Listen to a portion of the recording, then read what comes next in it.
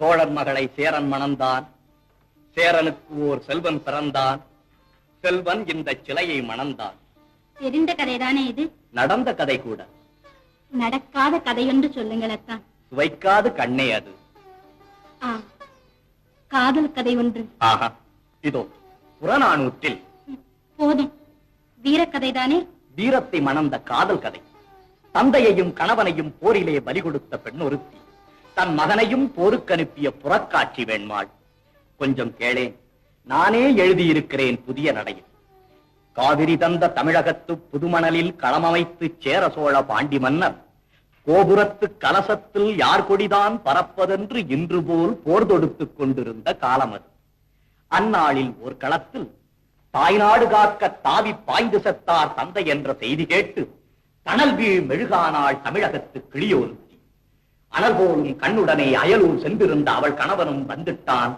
புனல் போக்கும் விழியாலே அவள் போர்ச்செய்தி தந்திட்டாள். தந்தை களம்பட்ட செய்திக்கோ தவித்தாய் என்றான். இல்லை என்பா, முல்லை சூழ் இந்நாட்டு படையிலோர் வீரர் குறைந்திட்டால் நல்ல உடையிலோர் கிழிசல் வந்தது போலன்றோ. இனி தடையின்றி நுழைவரே பகைவர் என எண்ணினேன், அடைபட்ட கண்ணீர் அணையுடைத்ததான் என்றாள். அவன் புகைவிட்டு கிளம்பும் ஒரு புலியென, புகைவிட்டு குமுறும் எரி மலையென, பகைவெட்டி சாய்க்கும் வாழெடுத்தான், சூளுரைத்தான், சுடர்முகம் பூச்சினான், சுக்கு 100 தான் சூழ்ந்து வரும் பகை என்றான். நாடு மீட்காமல் வீடு திரும்பேன் என்றான். நங்கையோ நடைமுழக்கம் செய்து நடந்திடுக கண்ணே என்றாள். திரும்பி வருவேனோ இல்லையோ, எதற்கும் இப்போதே ஒரு முத்தம் இந்தா திரும்பு என்றான். கொடுத்தான். பின் தொடுத்தான் பகைவர் மீது பானம். போர் போர் போர் எனவே முழங்கிட்டு முரச ஒலி. பார் பார் பார் அந்த பைங்கிழியின் உரிமையாளன் பகைவர் மீது பாய்ந்து கொள்ளும் வீரம் பார் என்று பட்டாளத்து தொடரெல்லாம் என்றுரைத்தார். அந்த கட்டாணி முத்தாளும் கண்வழியே சிரித்திட்டாள். களத்தினிலே அத்தானுக்கு அடுக்கடுக்காய் குவிந்து வரும் வெற்றிகளை கேட்டுவிட்டு கோட்டைகள் விடுபட்டன, எதிரியின் குதிரை கால்கள் உடைபட்டன, வேடப்படை முறிபட்டது, வேல்கள் பொடிபட்டன, எம் கொத்தவன் படைகள் கொட்டும் பேரிகை கோட இடியென கேட்குது கேட்குது என குதித்திட்டாள். புதுப்பண் அமைத்திட்டாள்.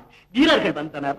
வெற்றி உன் கணவனுக்கே என்றனர். வேந்தனின் தூதுவர் வந்தனர். வாழ்த்துக்கள் வழங்கினர். வீட்டோரத்து தோழிகள் வந்தனர். வெற்றி நீட்டோரை வாசித்து மகிழ்ந்தனர்.